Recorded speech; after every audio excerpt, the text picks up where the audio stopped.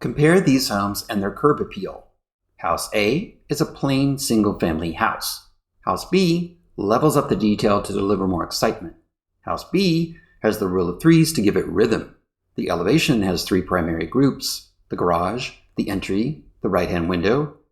House A has 2 1/4 groups, an odd roof placement, and water shedding onto the entry. House B uses 3 materials: brick, stucco, and wood, with a vertical slat. A group of 3 small windows centers the scheme. The other window has 3 sections. House A has only wood siding and 1 window. House B has 2-to-1 proportions at windows and glass block. Note the entrance door is not a 2-to-1 proportion, but has detail with 2-to-1 ratios. Shapes in House A have no relationship to one another.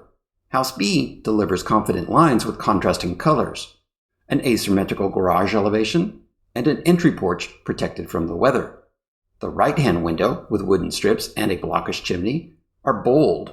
House A's weird secondary gable appears odd.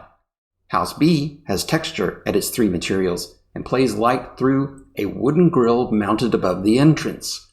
Deep eaves and an inset garage door provide more depth.